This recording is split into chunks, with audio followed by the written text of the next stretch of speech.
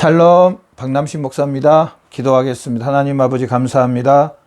오늘 예수님의 재림의 귀한 말씀을 통해서 은혜 더하여 주시옵소서. 예수님의 이름으로 기도했습니다. 아멘. 예수님의 재림에 대해서 성경은 말합니다. 예수님의 재림에 대해서 성경은 한 30번 이상 정도, 성경은 30번 이상 말을 합니다. 특별히 예수님의 그 초림보다 예수님의 재림을 한 8번 이상 더 언급합니다. 8번 이상. 예수님의 재림의 그 중요성에 대해서 얼마나 많이 성경은 말하는 것인지 모릅니다. 예수님의 재림. 특별히 마태복음 24장, 25장,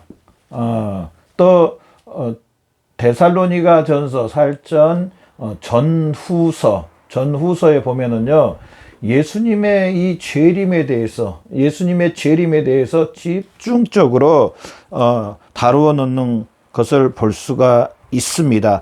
이제 한번 말씀을 통해서 예수님이 뭐라고 말씀하셨는가, 재림에 대해서 예수님이 재림하실 때 뭐라고 말씀하셨는가, 또 예수님의 재림에 대해서 뭐라고 하는가 한번 우리 한번 말씀을 몇 군데를 보면서 예수님의 그 재림에 대해서 한번 보도록 하겠습니다. 먼저 사도행전 1장 11절에 보면은요, 뭐라고 말하면 너희 가운데 하늘로 올리우신 이 예수는 하늘로 올라가신 본 그대로 오시리라. 예수님이 하늘로 승천하셨습니다. 승천하신 그 모습 그대로 육신을 입고 이제 예수님이 오신다고 말하죠. 오신다. 우리가 그러잖아요. 어디 갈 때 갔다가 올게. 갔다가 다시 올게. 갔다가 다시 오마. 진짜로 옵니다. 또 베드로후서 3장 10절에 보면요, 그러나 주의 날이 도적같이 오리니 그날에는 하늘에 큰 소리가 떠나가고 물질이 뜨거운 불에 풀어지고 땅과 그 중에 있는 모든 것이 드러나리라.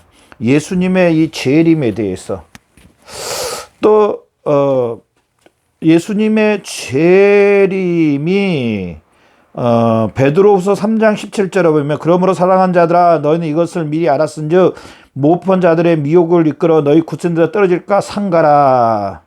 베드로후서 3장 11절부터 12절 이 모든 것이 이렇게 풀어지니 너희가 어떤 사람이 돼야 마땅하뇨 거룩한 행실과 경건함으로 하나님의 날이 임하기를 간절히 사모하라. 하나님의 날이 임한다고 합니다. 하나님의 날이 임한다. 뭡니까? 바로 예수님의 재림이십니다. 예수님이 다시 이 땅에 오시는 예수님의 재림을 이야기합니다. 여러분, 예수님이 재림하신 것을 얼마나 믿고 계시나요? 예수님이 다시 오신다고 말했습니다. 이 말씀을 얼마나 믿고 계시나요? 그러면서 예수님의 이 두 번째로 예수님의 재림의 방식에 보면은요, 예수님의 재림의 방법, 어떤 방법으로 오시느냐. 예수님은, 인격적인, 예수님이 말씀하신 그대로, 인격적으로, 즉, 예수님이 말씀하신 대로, 예수님께서 친히 말씀하신 대로, 예수님이 말씀하신 대로 그대로 오신다는 겁니다. 그대로 오심. 예수님이 말씀하신 그 모든 것들이 그대로 이루어진다고 합니다. 그러면서, 가장 온전한, 예수님이 이제 가장 온전한 예수님의 육신을, 가지고 오시는데요. 예수님의 육신 그대로 오시는데요. 이제는 예수님이 어떻게 오시냐. 이제, 왕으로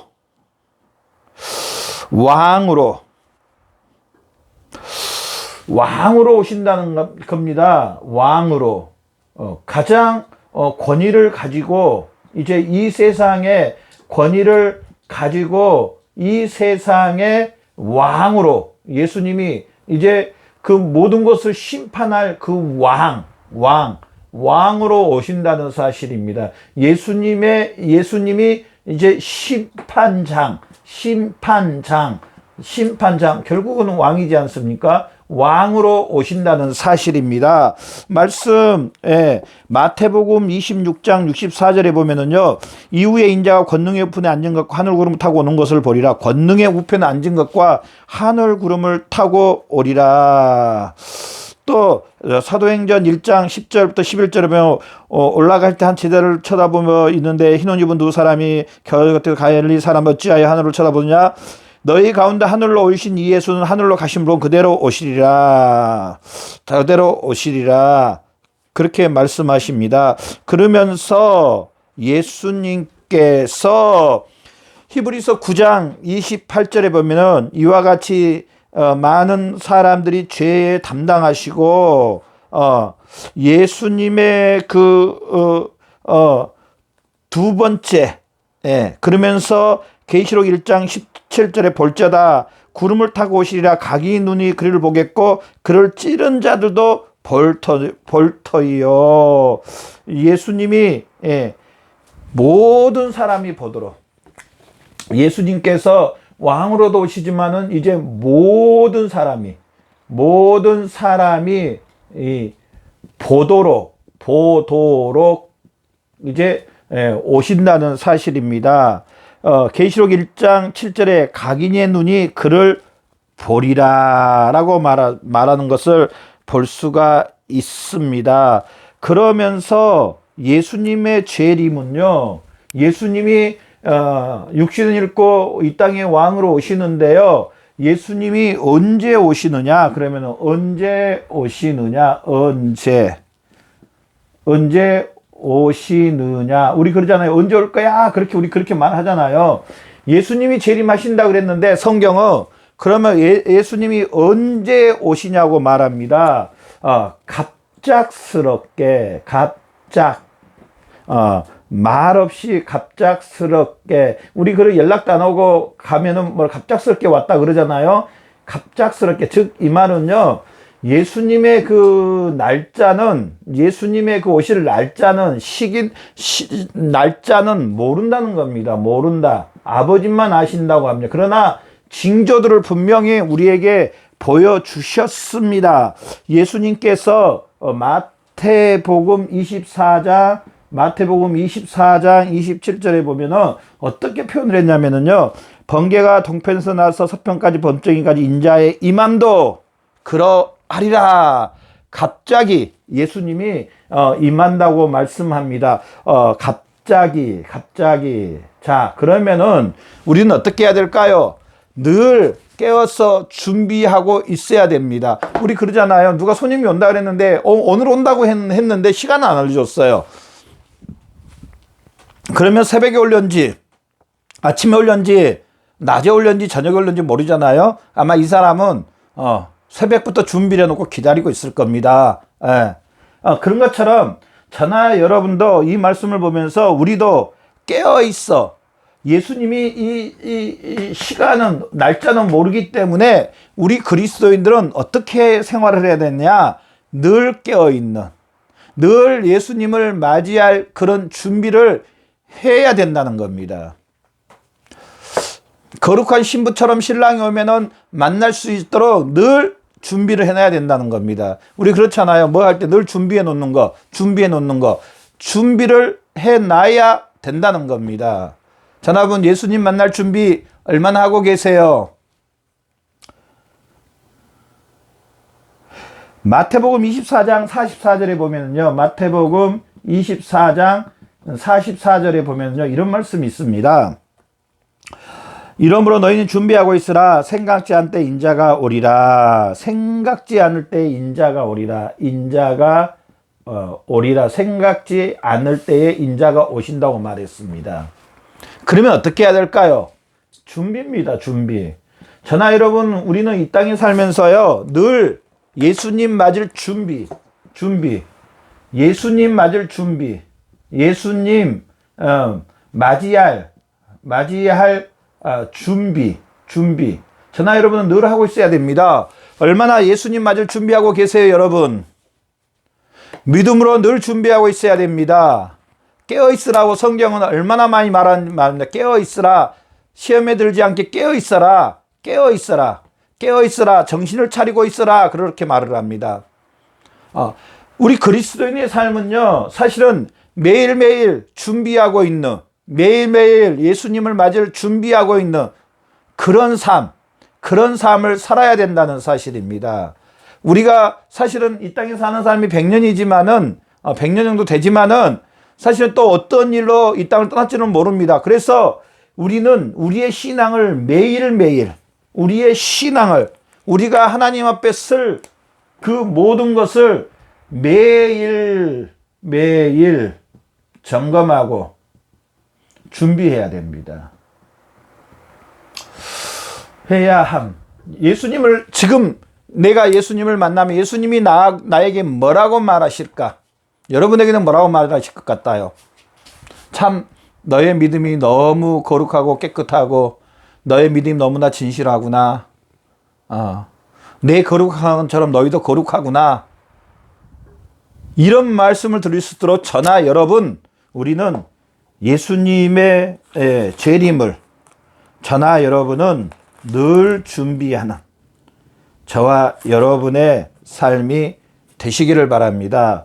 그러면서 예수님의 재림은요, 아까 앞에서 잠깐 다루었었는데 왕으로 오신다고 했는데요.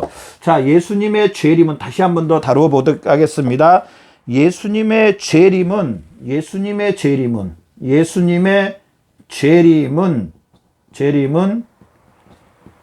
가장 이제 가장 영광스럽게 오심입니다.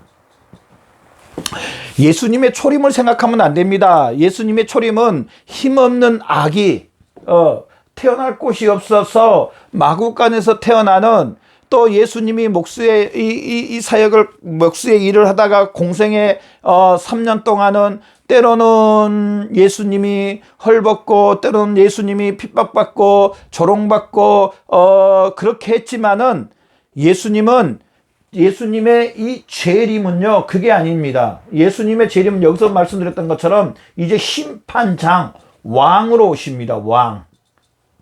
왕으로 오십니다. 제가 언젠가 한번 영상을 그런 이야기 했었는데요. 조선시대 같은 데, 그 사극 같은 거 보면은 사또가 온다. 그러면 그 고을에는 그 마을, 그 지역은요, 난리가 납니다. 다 엎드려 있고, 무릎 꿇어 있고, 그러면서 사또가 와서 이제 다 불러놓고 한 명 점검을 해봅니다. 관리들도 점검해보고, 그러면서 잘못된 관리들은 잡아다가 전부 다 감옥에 집어넣는 것을 볼 수가 있습니다. 마치 그렇게 생각하면 됩니다. 예수님이 가장 영광스럽게 왕으로 오신다는 사실입니다. 자, 고린도전서 15장 52절에 보면은요, 천사장이 직접 그 나팔을 불러서 예수님의 오심을 알립니다. 천사장이 하늘의 구름을 타고 천사들을 거느리고 영광 중에 나타나십니다. 하늘의 구름을 타고 예수님이 하늘에서 구름을 타고 수많은 천사들을 이끌고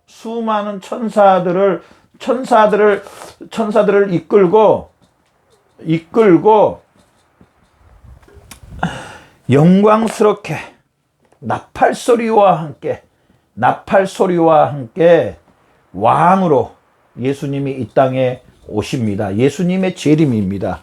이제 예수님의 재림으로 인해서 죽은 자들도 살아나고, 예수님의 재림으로 인해서 이제 원수 사탄 마귀들과 예수 믿지 않는 사람들을 잡아다가 전부 다 불목에 가둬버리는, 이제 천지가 변하는, 뭐라고 말할까요? 말할 수 없는 기적과 이적들이 일어나는 그 놀라운, 그러면서 예수님의 재림은요, 우리 그리스도인들에게 저나 여러분, 우리 그리스도인들에게 예수님의 재림은 우리 그리스도인들에게 가장 소망이요, 기쁨이요, 즐거움이요, 또 영광스러운 날입니다. 저나 여러분에게 눈물을 닦아주고 또 슬픔을 위로해주고 저나 여러분에게 상급을 주고 저나 여러분에게 하나님의 위로와 은총을 주는 예수님의 재림, 가장 우리 그리스도인들에게 상을 주는 가장 영광스러운 그런 날이 바로 예수님의 재림이라는 사실입니다. 요한 1서 3장 3절에 주를 향하여 이 소망을 가진 자마다 그의 깨끗하심과 같이 자기를 깨끗하게 하느니라. 주를 향하여서 이 소망을 가진 자, 깨끗하게. 예수님의 이 재림을 기다리는 사람은요, 예수님의 재림을 기다리는 사람은 자기를 깨끗하게 할 수밖에 없다는 사실입니다. 깨끗하게 할 수밖에 없다는 사실입니다. 그러면서 예수님의 재림을 우리가 다시 한번 살펴볼 건데요. 다섯 번째로 예수님의 재림의 시기. 자, 여기서도 갑작스럽게 온다고 제가 했긴 했는데요. 이 예수님의 재림의 시기를 우리가 다시 한번 보면서요. 여기서 가장 중요한 것은요. 우리가 관심을 가져야 될 것은 지금 어떻게 도적같이 오신다, 아무도 모르게 오신다, 갑작스럽게 오신다, 이런 말씀들이 참 많습니다. 데살로니가전서 5장 1절 형제들아 때와 시기에 관하여 너희가 쓸 것이 없어 주의 날이 밤이 도적같이 이를 줄 너희 자세히 알미라. 참, 이렇게 갑작스럽게 오신다고 그랬는데 여기에서 제가 다시 한 번 더 저나 여러분 우리가 알아야 될 게 뭐냐면은 예수님의 재림의 시기를 보면서 자, 우리가 여기서 제일 중요한 거 예수님과 나의 관계입니다. 관계. 시기도 중요하지만 자, 여기서 더 중요한 것은 매일 매 시간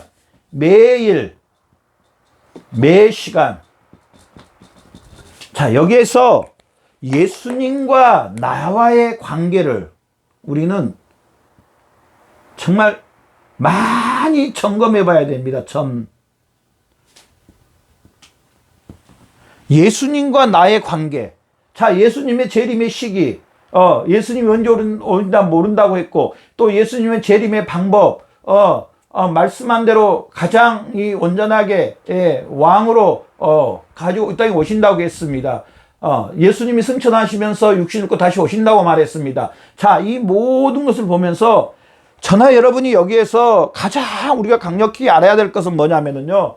우리는 다른 건 어떻게 좀 몰라도 괜찮습니다. 그러나 이거 한 가지는 저나 여러분이 꼭 짚고 넘어가야 될 게 뭐냐면 예수님의 재림을 믿는다면 여러분 예수님의 재림을 믿으시죠? 저도 예수님의 재림을 믿습니다. 예수님 만날 그날이 있는 걸 믿습니다. 우리가 이 땅에 살면서 예수님을 만날 수도 있고요. 우리가 이 땅을 떠나서 이제 예수님 오실 수도 있습니다. 그러나 분명한 것은 우리가 예수님을 만난다는 겁니다. 예수님이 심판장으로 계시고 저나 여러분은 예수님 앞에 서서 요한계시록 말씀에 보면 얼굴과 얼굴을 보면서 우리의 행위대로 예수님께서 우리에게 상급으로 갚아주신다고 말했습니다. 그렇다면은 여기서 제일 중요한 건 뭐냐? 나와 예수님과의 관계를 매일, 매 시간 점검해 봐야 됩니다. 내가 단순히 예수님을 믿습니다. 이래 놓고 끝. 여러분 혹시 그러지는 않나요? 내가 예수님을 믿습니다. 해놓고 끝. 내가 예수님을 믿습니다. 그래 놓고 일정량의 또 교회 일은 합니다.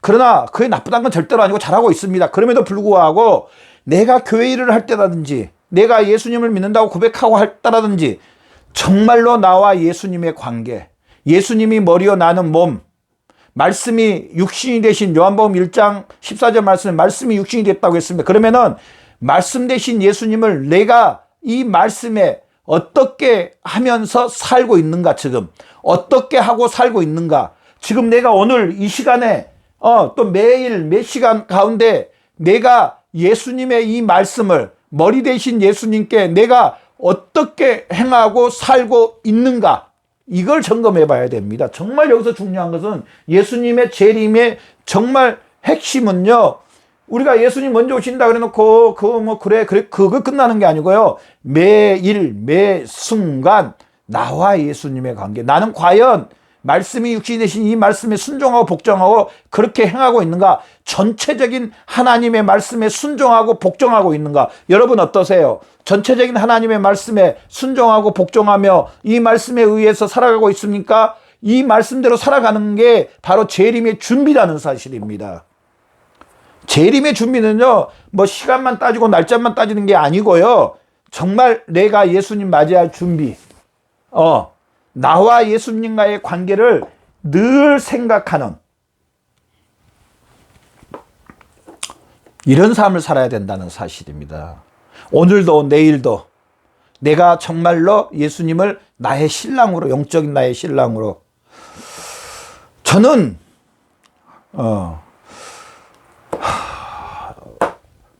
한번 생각해 봤어요. 우리 이제 부부들을 보면서 과연 남편이 아내를 내 몸같이 사랑하고 아내가 남편을 나의 머리처럼 머리에 복종하며 순종하는가. 근데 이게 그냥 인간적으로는 쉽지가 않습니다. 사실은 물론 부부가 됐다는 것 때문에 참고 견디고 이렇게 하기는 하는데요, 인간적으로는 쉽지가 않습니다. 그러나 예수님을 믿는다면 이거는 너무나 자연스러운 겁니다. 예수님이 교회를 사랑하고 우리 그리스도인들, 저나 여러분을 위해서 자신을 내어주신 것처럼 남편은 아내를 위해서 이렇게 자신을 내어주듯이 내 아내를 사랑해야 되고요, 내 아내는요, 예수님이 나를 위해 죽으시고 부활하신 것처럼, 예수님이 머리 되신 것처럼 남편을 향하여서 존중해주고 복종해주는, 이 머리에 순종하는, 이 예수 그리스도를 믿지 않는 한, 이 예수 그리스도 안에 있지 않는 한, 이 부부관계가 원만하지 못할 가능성도 있구나라는 것을 제가 말씀을 통해서 깨달았습니다. 예수 그리스도를 나의 주로 모시는 사람, 내 아내를 사랑할 수밖에 없고요, 내 예수 그리스도를 나의 주로 모시는 사람, 아내는요, 남편을 공경하고 존중하고 높여드릴 수밖에 없다는 사실입니다.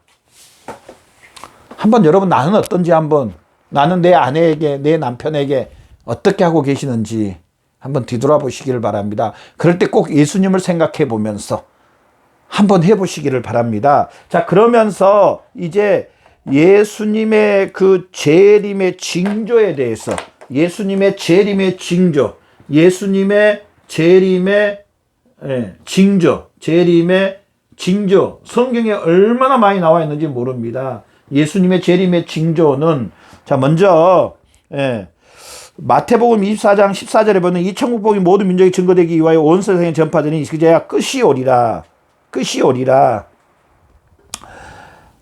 모든 민족들에게 이 복음이 전파돼야 된다는 겁니다. 자, 지금 많은 이방인들이 예수님 앞으로 돌아옵니다. 그러면서요, 로마서 9장, 10장, 11장에 보면은 이스라엘 백성들이 구원을 받을 것이라고 말합니다. 온 11장, 로마서 11장 26절에 그리하여 온 이스라엘이 구원을 얻으리라. 온 이스라엘이 구원을 얻으리라. 자, 예수님을 믿는 유대인들이 이 구원을 받는다는 겁니다. 예수님을 믿는 유대인들이 구원을 받으면 이제 예수님이 이 땅에 재림하신다는 겁니다. 그러니까 예수님의 이 재림은요, 먼저 이방인들을 구원하시고, 이방인들을 구원하고, 이방인의 이 충만한 수가 구원받고, 그 다음 로마서 11장 말씀처럼, 로마서 11장 26절 말씀처럼 온 이스라엘이 구원을 받으면 예수님이 이 땅에 오신다고 했는데, 결국 예수님의 재림의 징조는요, 이방인의 충만한 수와 유대인을 제외한, 즉 이스라엘 백성들을 제외한 모든 사람들이 이방인입니다. 이방인들의 구원과 이제 마지막으로 유대인의 구원이 오면 구원 받으면은 예수님이 재림한다고 말씀하십니다.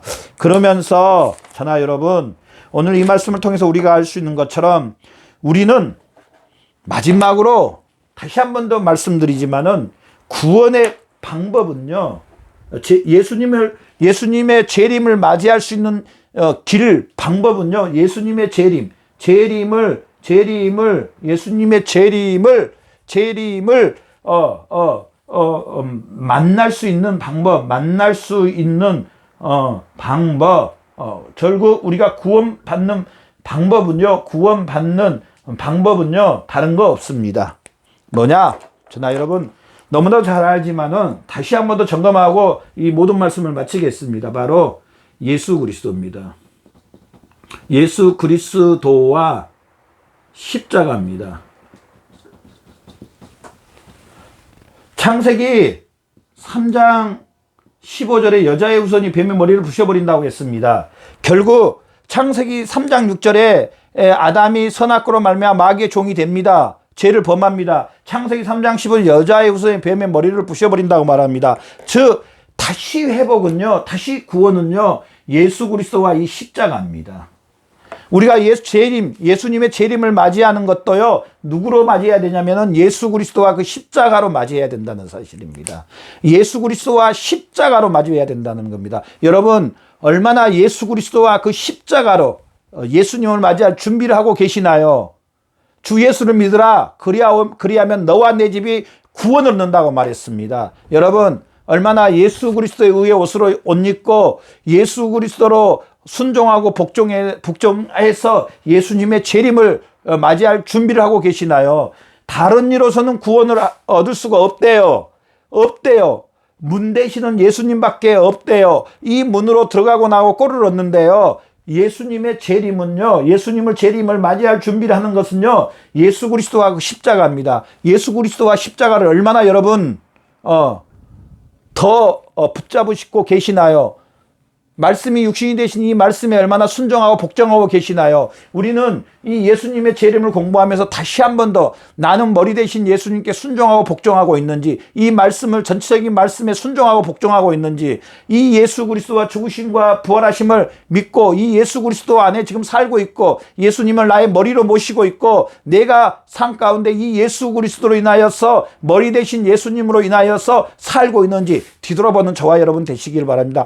다른 것으로 제발 하나님 앞에 나가면 안 됩니다.